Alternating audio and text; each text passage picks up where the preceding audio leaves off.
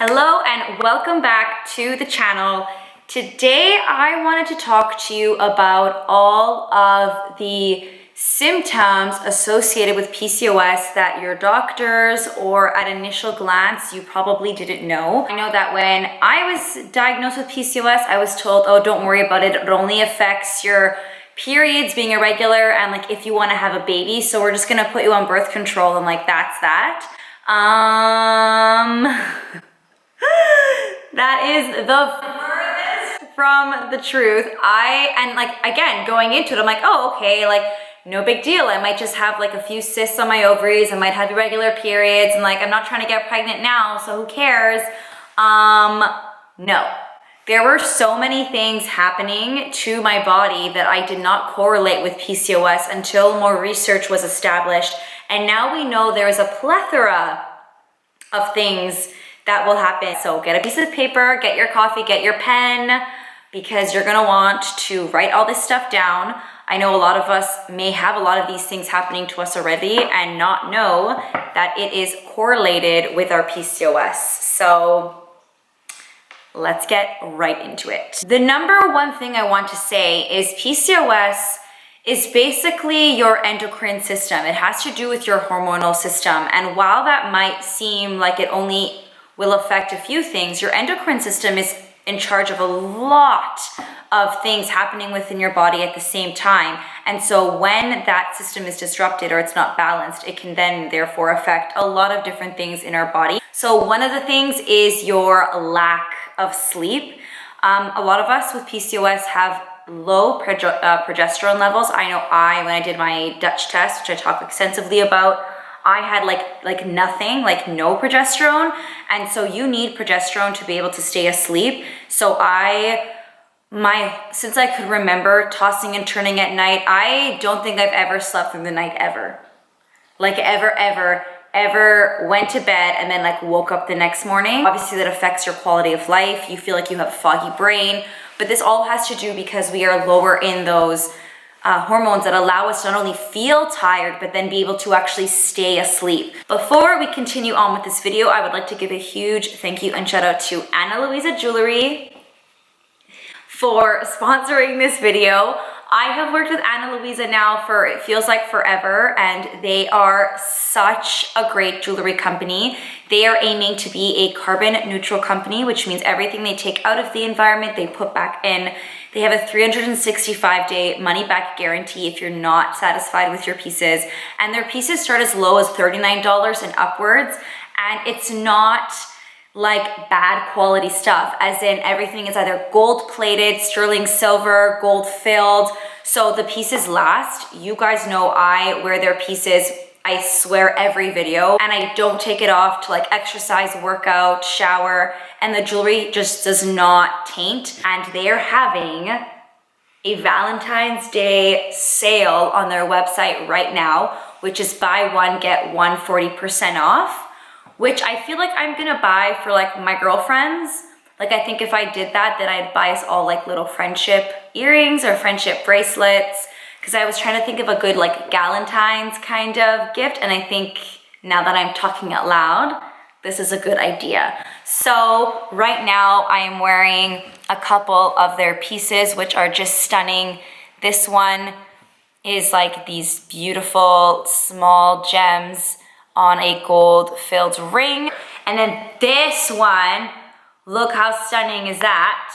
It's like this super thick gold ring, which is just stunning. And then to like switch it up, I saw these on the website and I was like, these are different. I've never seen these before, but they are like black hoops. Do we see this, guys? Like, look how stunning. They're these black hoops and the back of them are gold with these like gems on the bottom.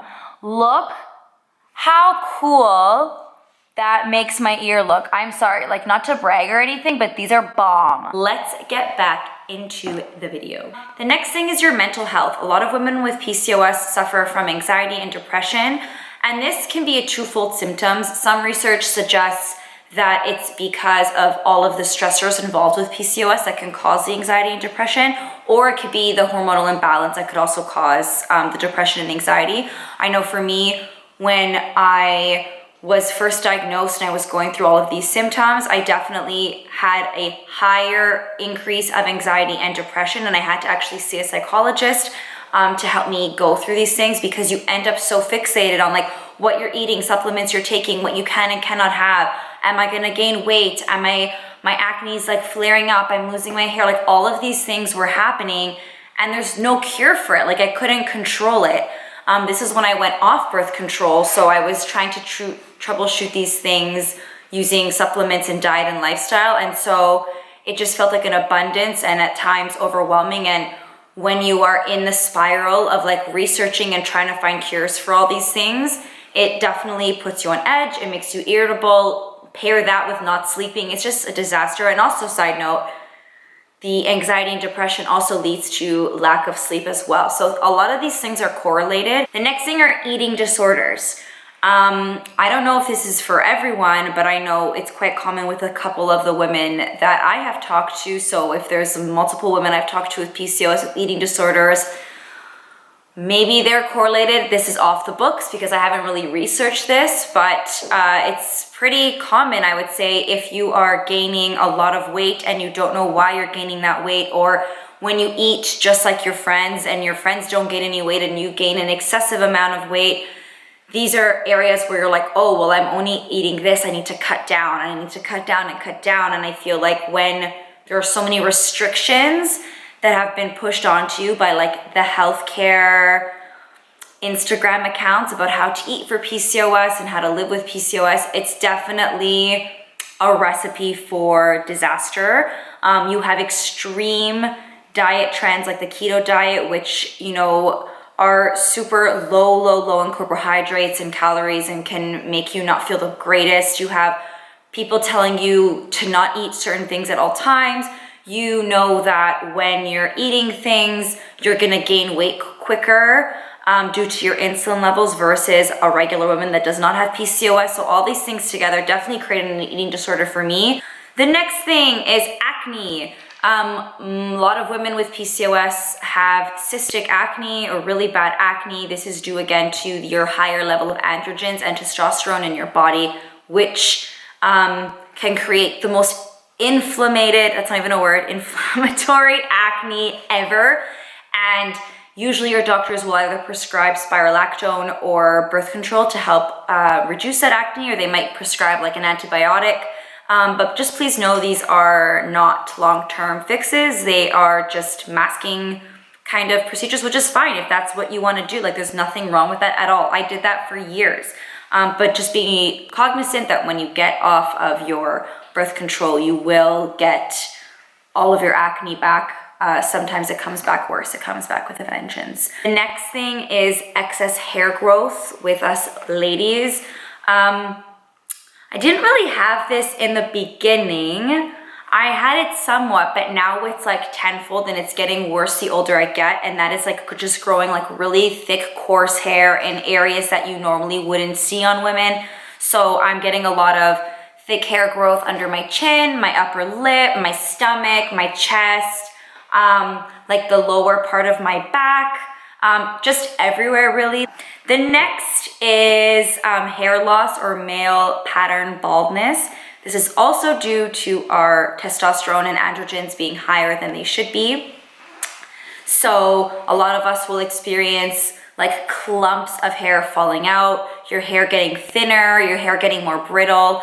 I know for me, if I look at videos from like even 5 or 6 years ago, I had like so much more hair. My hairstylist even said like your hair texture, he's like, Jess, like your hair texture has changed. Like it used to be like really like thick and now it's like way thinner.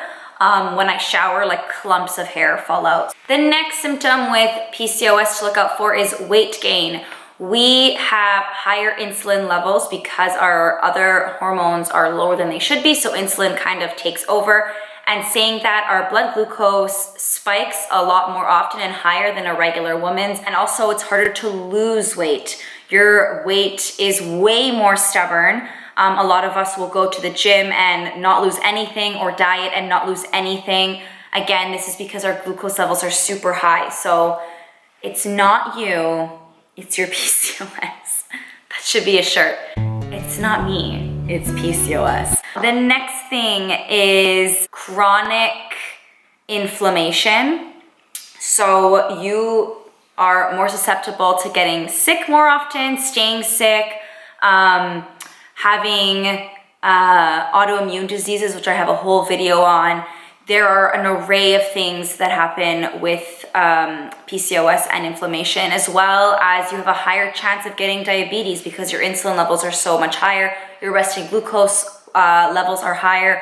So these are all things to just be cognizant of and just really watch your sugar intake because it really does make a difference. Bloating! A lot of us with PCOS look like we're 9 months pregnant. Like, I have woken up sometimes and my stomach, I kid you not, I look like I'm having a baby. A lot of women with PCOS have IBS or Crohn's, a lot of like digestive issues. Yeah, I don't know. If you get bloated a lot, message me down below and let us know in the comment section if you have any remedies, because I'm very curious. I just know so many people with the same thing. So like, what is that about? What is it about? And the last thing I kind of want to touch on, which also thinking about it could be related to like your IBS and your bloating. Well, not really, but maybe it has to do with this, the bloating thing, is pelvic pain. A lot of us with PCOS have pelvic pain because we have cysts on our ovaries. Now, cysts can come and go, they can stay, they can enlarge, they can become dangerous, or they can be like benign, as in like they're just hanging out and they're not dangerous at all. But sometimes this pelvic pain can come and go. It could feel dull or it could feel really sharp. But none of these things were said to me when I was diagnosed with PCOS. None of them. I was told irregular periods, problems conceiving. That's it. So, if you are experiencing any of this, I would encourage you to do your research, talk to your doctors, and see some solutions for you. You're not going crazy. You're definitely experiencing these things. And it's all about taking the time to troubleshoot these things one by one. I think you really get to know your body really well. You know what works for your body and what doesn't. What I did was I would target one thing. So for example, weight gain, and I would just focus on that until I like got into the groove of mastering what it was or felt that my body was better. And then I would go to the next thing, which was acne or whatever it is. Because when I did it all together, that's when I was experiencing the anxiety, the depression, the insomnia. Please go and check out Ana Luisa, just a little reminder, for their buy one, get one, 40% off for Valentine's Day. Good gift for a friend, a loved one in your life, a family member. The possibilities are endless, and because it's buy one, get one free, I just feel like that's such a good opportunity to buy things, cute little things like friendship bracelets or friendship rings. Please give this video a thumbs up and subscribe because it really helps support my channel, and I will see you all in the next vlog. Bye.